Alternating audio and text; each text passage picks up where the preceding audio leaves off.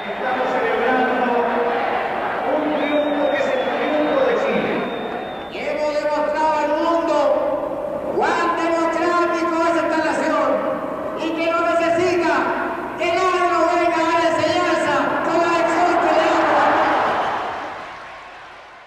No me sentía para nada derrotado, porque eso no había sido nunca un acto electoral y que en consecuencia ahí no habían habido ni vencedores ni vencidos. Lo que había habido era un fraude. Sin duda fue un fraude. Eso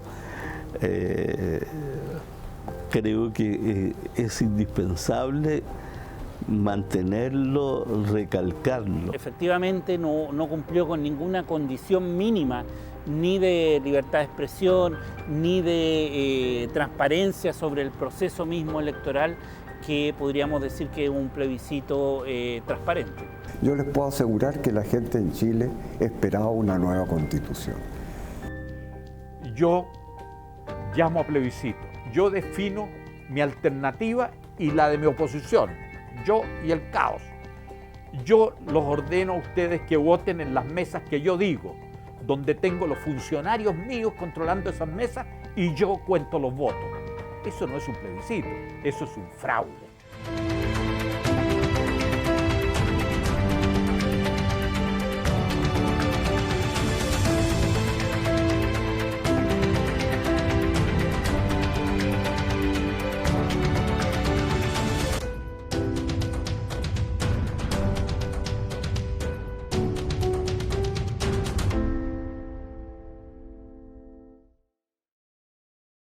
He llamado al pueblo de nuestra patria a prestarme su respaldo.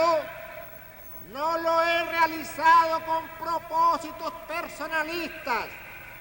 Lo que afirmo con la más absoluta honestidad, sino que lo he pedido para continuar defendiendo en mi calidad de presidente de la República la dignidad que Chile se pretende mancillar. Estamos frente a una sociedad muy temerosa, en donde ya estamos todos muy informados de los desaparecidos, los ejecutados, los muertos, los presos, los juicios arbitrarios, las detenciones ilegales, etc. Las familias chilenas en promedio estaban muy asustadas y muy ensimismadas. La democracia chilena estaba profundamente dañada, estaba quebrada. Y en eso hay una responsabilidad de todos los que eran actores en ese momento. Desde luego la democracia cristiana.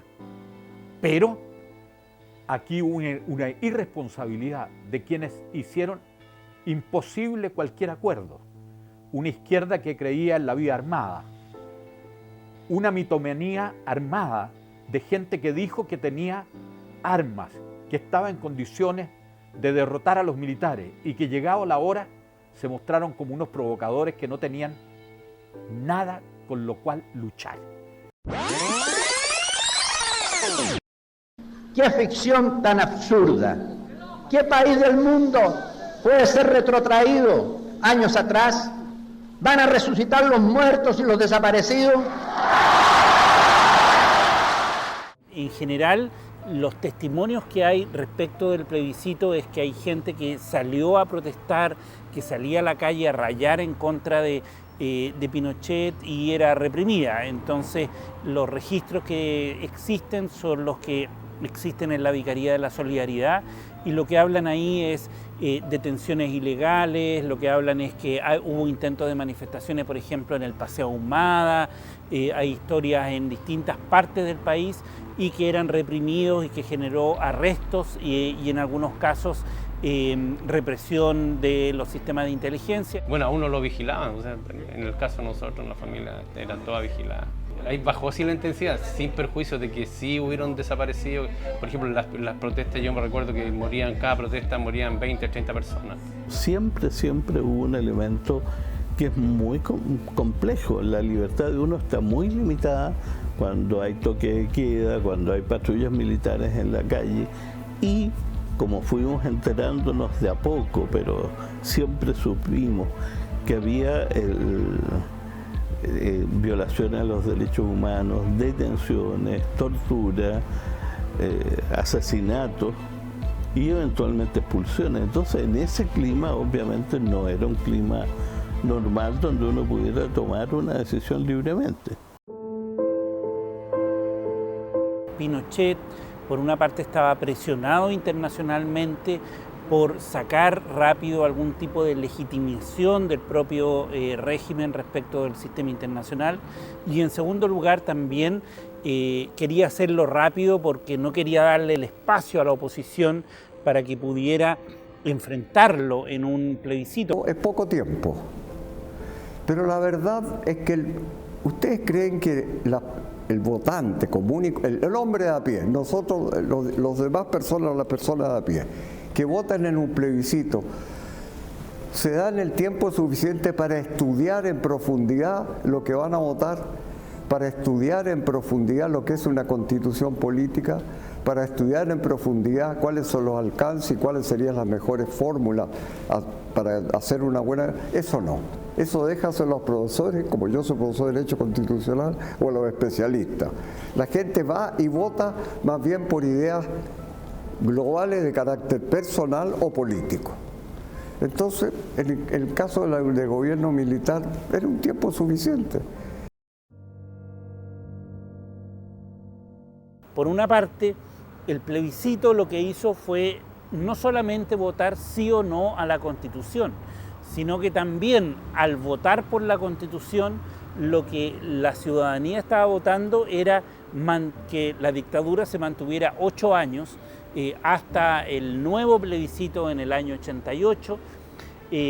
Además estaba votando porque Pinochet seguía como comandante en jefe y presidente de la República, y que además después del año 88 él iba a continuar en el ejército. Por lo tanto, el mismo plebiscito tuvo efectos muy relevantes, no solamente en el modelo económico que se estableció, un modelo económico más neoliberal, sino que además en el proceso que se inició inmediatamente, que tenía que ver con el itinerario planificado por la dictadura. Acuérdense que estamos en la etapa en que es fundamental la prensa escrita y desaparecen diarios, revistas en todo Chile. Bueno, en el momento en que echamos a andar la revista Hoy, no hubo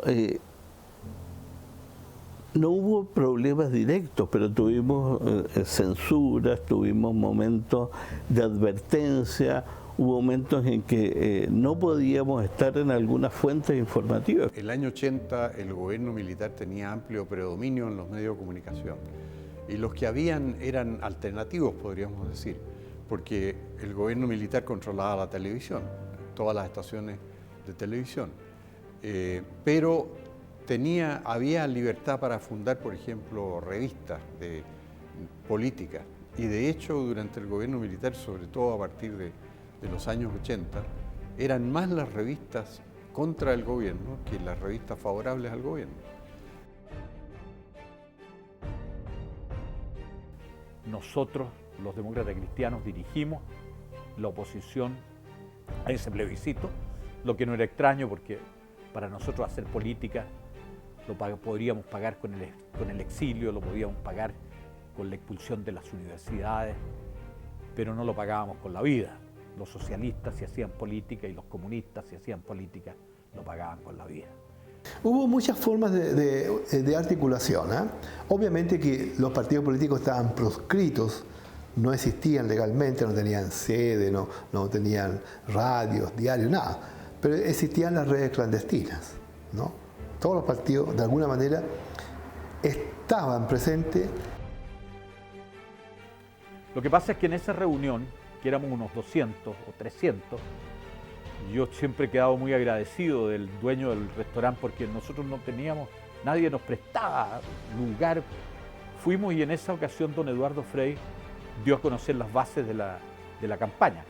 Hay que pensar de que nos quedaban 20 días, 25 días de campaña. Y ahí él le pidió a Andrés Saldívar que hiciera de jefe político y yo de jefe operativo de la campaña. Todas las puertas se cierran, el 11 de septiembre votaremos que no.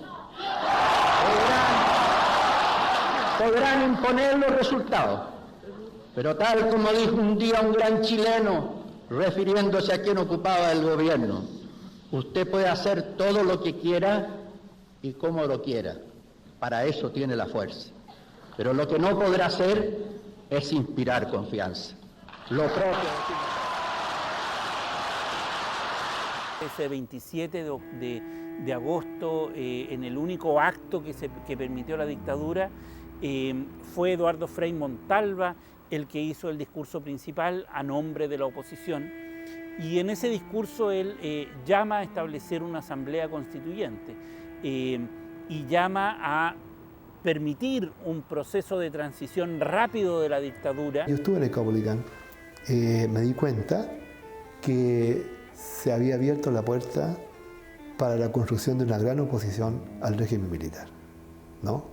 Una oposición unitaria, histórica, en que izquierda y centro se iban a unir para derrotar al régimen militar. Y en ese discurso del Caupolicán, Eduardo Frei marca la línea de división, un antes y un después. Y Frei se transforma, a partir del 80, en un opositor declarado ante el régimen militar. El caupolicanazo fue notable. Y el Caupolicán fue un ejemplo de civilidad, pero que la prensa, la televisión manejada por el gobierno, la proyectó en su opuesto. En el Caupolicán estaban todos los partidos políticos, incluso el MIR. Estaba el Partido Comunista, estaba la Democracia Cristiana.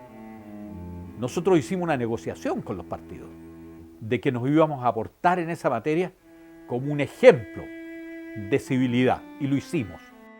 El único medio con el cual nosotros pudimos contar en ese momento fue con Radio Cooperativa, con la radio chilena que pertenecía a la iglesia. La radio cooperativa era controlada por nosotros, por los demócratas cristianos. De boca en boca, de lugar en lugar. Oye, vamos a Caupolicán mañana, bueno, va a estar Eduardo Frei, la oposición se va a pronunciar. Ah, ya, ok, ya, yo invito a otro, y ese otro invitaba a otro. Y así se armó una enorme red de, yo diría, 30, 40, 50 mil personas que llegaron al lugar, 20.000, 15.000 adentro del Caupolicán y el resto alrededor del Caupolicán, principalmente en la calle San Diego.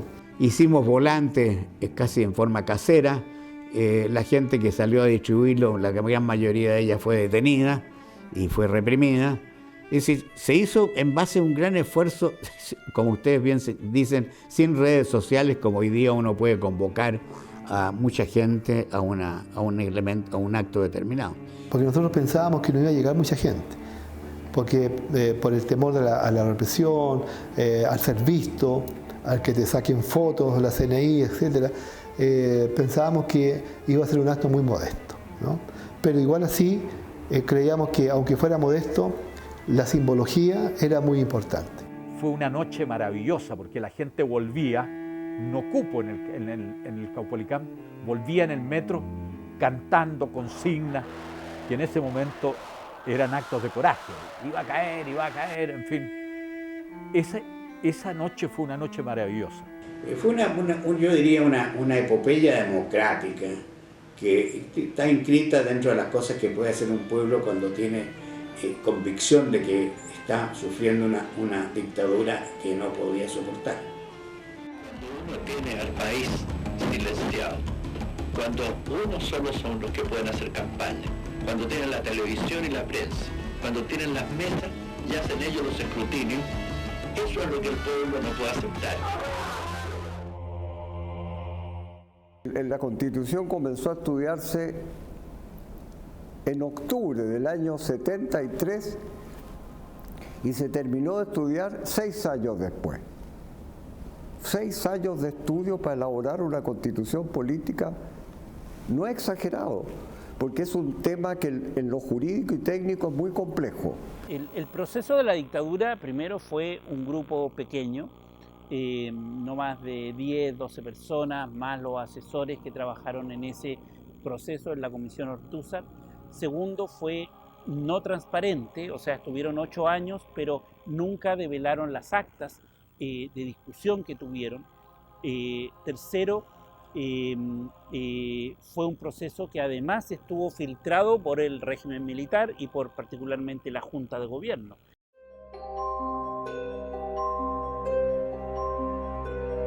Se formó una comisión bastante pluralista dentro de lo que se podía esperar, porque obviamente el marxismo en general, o sea, la extrema izquierda quedaba excluida. El éxito del 80 fue que la dictadura instaló como te dijera, una constitución muy monolítica, muy poderosa, pensando en una constitución que iba a gobernar Chile por 100 años. Por eso se expresa en la Constitución tan fuertemente el anticomunismo, por ejemplo, el eliminar las ideologías totalitarias, todo ese discurso que tiene Jaime Guzmán se plasma muy fuertemente en la Constitución. Yo ingresé el año 1977, cuando la cosa estaba un poquito complicada acá en Chile. Servicio militar obligatorio, que eran esos años, donde había que hacerlo, o sea, nadie se escapaba de hacerlo, era sí o sí. Estábamos en un periodo militar bastante fuerte, muy agresivo, una dictadura muy potente. Nos tocó a las 6 de la mañana o 5 de la mañana, me acuerdo que nos tocó ir a parar una patrulla, a cargo de un subteniente, un cabo, y éramos como 12 soldados, y parar los buses que pasaban por Guara, y no muy gentil era la orden de decirle que bajen a sufragar. No muy gentil, esa era la orden. Dijeron ciertos soldados, normalmente eran los que eran, en esos años, los que eran más instruidos, los que cachaban un poco más, que tenían más conocimiento. El primer antecedente que obtuve de este fraude fue a través de Jorgelino Vergara, que fue el protagonista de mi primer libro, La danza de los cuervos, y también el documental El Mosito. Se explicó la orgánica de trabajo, cómo se iba a hacer, que iban a salir en caravana, ¿no es cierto?, los vehículos de todas las unidades con los agentes a votar en las diferentes comunas y todo el tema. Ya, o sea, primero, por ejemplo, votando con el número verdadero, y en la segunda vuelta con las chapas, ¿ya? Y eso se hizo en todas las comunas de Santiago. La oficialidad era muy estricta, pues Pinochet lo tenía aquí en el desde subteniente para arriba, recién egresado de escuela, llegaban con una doctrina, pero Pinochet era un dios para ellos. Porque de hecho estaban en todas las instituciones ya y oficinas públicas, habían, digamos, gente que colaboraba a full, porque en el fondo estaba prácticamente amenazada, que si no colaboraban perdían trabajo y podían hasta ir detenidos. De hecho, después nosotros, porque los soldados también teníamos derecho a votar, y después el subteniente nos dice: quiero que voten, pero quiero todos los votos abiertos, los voy a revisar. Y el pelado tal por cual que vote en contra le voy a sacar la cresta. Así de simple.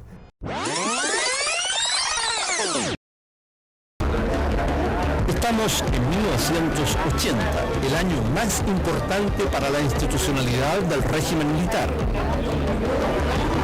En un plebiscito sin registros electorales, los chilenos somos convocados a aprobar una nueva constitución.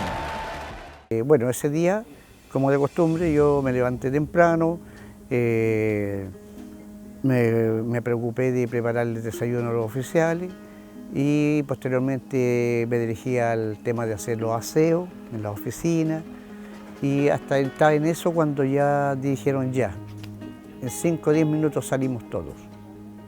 Fuimos, bueno, los vehículos de la unidad, que eran bastantes, fuimos primero que nada a la comuna, estábamos en la comuna de Quinta Normal, en el cuartel Loyola, y fuimos primero que nada a la municipalidad de la comuna, y posteriormente seguimos recorriendo todas las otras municipalidades de las comunas siguientes.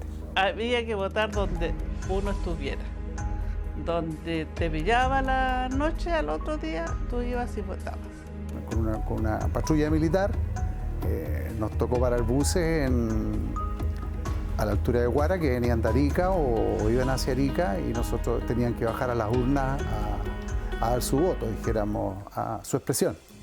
Y sí recuerdo que la oficialidad siempre nos decía que amedrentáramos, o sea, era algo caprichoso por parte de ellos. Ellos nos llevaron. Nosotros nos bajamos del tren,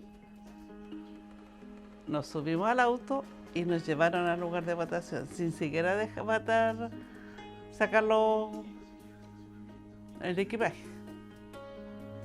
Ya nos llevaron a votar y después nos fuimos a la casa.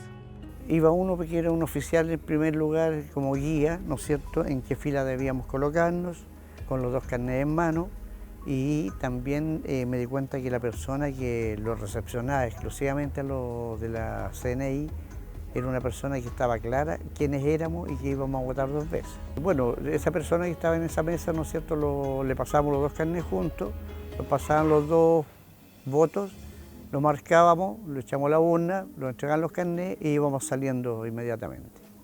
Estaba lleno de militares afuera, recuerdo hasta el lado de la, ¿cuánto se llama?, de esta caseta donde uno votaba, había militares, 2 militares al lado de uno. Porque la gente, el temor que tenía es que le abrieran el voto y que las identificaran, porque en ese tiempo acuérdense que no hay que olvidarse que estaba toda la inteligencia del ejército que prácticamente planificaba y mandaba a todo el sistema. Es que tú mirabas ahí, veías milico, y la gente que estaba ahí, tú sabías que eran... No habían vocales, eran 3 personas que estaban ahí. Podría haberse llamado vocales, pero no habían menos apoderados. No, pues eso no existía. Me acuerdo que habían 2 o 3 tipos que los nombraban así como, ¿cómo se llaman estos, los que están apoderados de mesa? Pero ni hablemos de vocal, porque esos también tenían aquí el escudo del dios Pinochet en ese tiempo. En las mesas, supuestas mesas receptoras, donde no había registro electoral ni nada, en las mesas de los barrios más pobres, estaban llenos en las mesas de mujeres de apellidos Vinoso. Y en consecuencia, en Huechuraba, en Renca, en San Miguel, uno se encontraba que bruscamente se habían ido a vivir allá los Errázuriz, los Eguiguren, todos los Larraín, todo el pijerío, porque ellos controlaron las mesas. Y además, como todos los vocales y miembros de las mesas fueron designados por la dictadura. Y tanto es así que cuando yo di a conocer esto a la Contraloría, demostré cómo las mesas de San Miguel, una comuna popular, todos sus integrantes eran miembros o gente que trabajaba en el Banco Chile, o en el Banco Sudamericano, o en Codelco. Es decir, se hicieron la distribución de las mesas ni siquiera con el cuidado de evitar, ¿no es cierto?, ese control. Y además toda la gente que era vocal de mesa en las comunas populares eran votantes de las comunas de los sectores más pudientes, de Vitacura, de Las Condes, de la Dehesa, en ese tiempo menos la Dehesa, pero de la Dehesa y Providencia. Yo estoy de acuerdo en que no había, por ejemplo, no había en cada mesa un apoderado del no, tampoco del sí, pero las mesas estaban constituidas por gente favorable al gobierno y eso puede haber conspirado para que no se hubieran contabilizado rigurosamente los votos. Todo eso es cierto. Quinta Normal, La Granja, Los Cisternas, La Reina, todas las cosas. Yo creo que han sido mínimo unos 8 o 10 veces que voté con los 2 carnets. Entonces esto era un caso increíble. Yo llamo a plebiscito, yo defino mi alternativa y la de mi oposición, yo y el caos. Yo los ordeno a ustedes que voten en las mesas que yo digo, donde tengo los funcionarios míos controlando esas mesas y yo cuento los votos. Eso no es un plebiscito, eso es un fraude.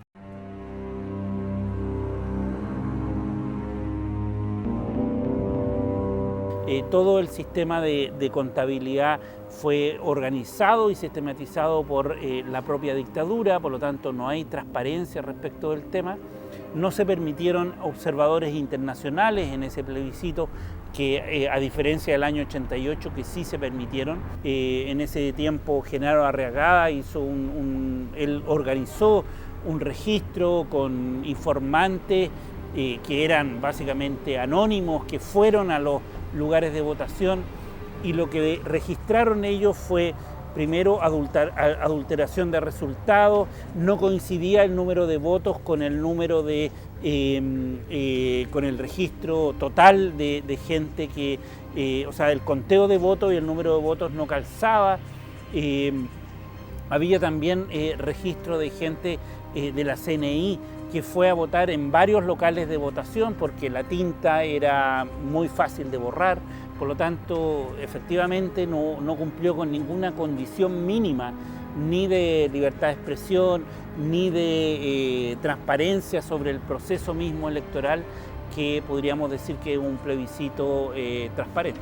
Nosotros votamos, pero no sé si después lo habrán sacado. No sé, desconozco, pero sí la oficialidad estaba en contra de lo que nosotros habíamos votado. No sé si lo habrán sacado después, porque no tuvimos acceso, porque las urnas las agarraban los suboficiales o los oficiales mismos y se las llevaban. Pues, las urnas se iban al ejército, se iban a los cuarteles. Era evidente que eso todo estaba arreglado. Bueno, el plebiscito no tuvo todos los rigurosos requisitos de un plebiscito realizado con registros electorales, con funciones del Tribunal Calificador de Elecciones y con autoridades en general electorales imparciales. Eso es verdad. A mí ese plebiscito obviamente no me pareció que fuera 100% regular desde el punto de vista electoral, pero sí el resultado representaba lo que la opinión pública opinaba en ese tiempo. Y me recuerdo como sé que en cada mesa no podían votar más de 400 personas. Y había en esas muchas mesas, y eso es lo que dice ver en la Contraloría, había mesas que tenían 600, es decir, siempre mucho más votos que lo que estaban autorizados. Bueno, obviamente eso, si se prueba que es así, conspira contra la legitimidad del 67%. Podría haber sido menor.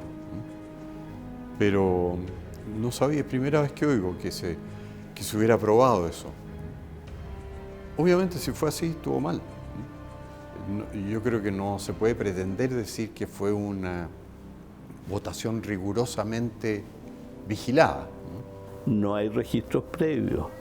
No se sabe quiénes votaron con exactitud, pese a que a uno le marcaban el dedo y le cortaban el carnet de identidad. Pero ¿cuántos votos pueden haber aparecido en la instancia de la votación donde efectivamente todos votamos?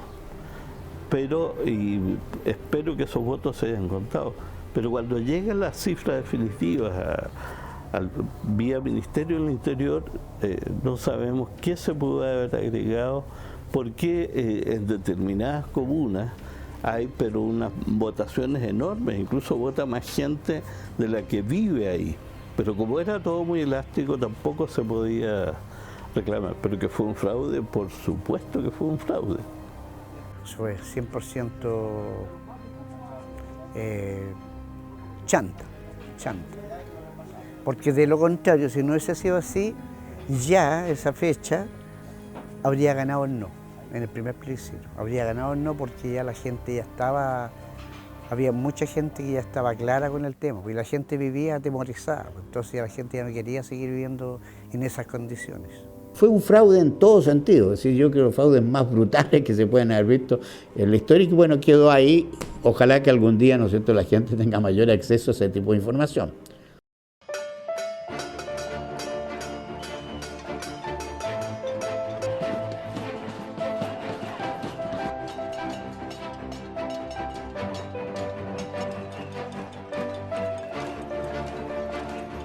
A ver, respecto de la situación actual y el estallido social, yo creo que tiene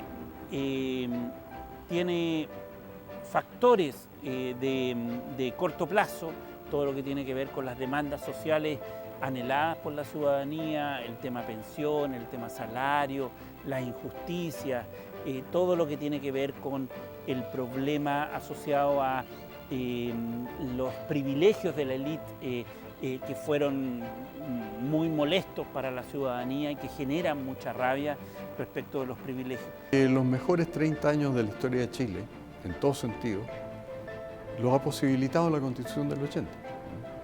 Nunca había un periodo tan largo de tanta tranquilidad política, tanta prosperidad económica y tanto ascenso del país en el concierto internacional como en el periodo 90-2018, 2019.